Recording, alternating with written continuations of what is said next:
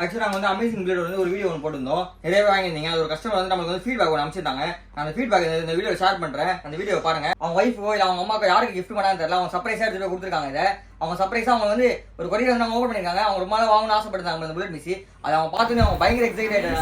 அவங்க ஸ்மைல் வந்து அவங்க பார்த்தீங்கன்னா தெரியும். அவ்வளோ சந்தோஷமாக அவங்க ஓப்பன் பண்ணிடுவாங்க பார்சலை. பார்சல் ஓப்பன் பண்ணி அப்படியே எக்ஸ்பிளைன் பண்ணுவாங்க. பாருங்க அப்படி வீடியோ அட்டாச் பண்ணுறேன். அப்படி பாருங்க அவங்க லேடிஸ் தான் கிச்சன் சமைக்கிறாங்க.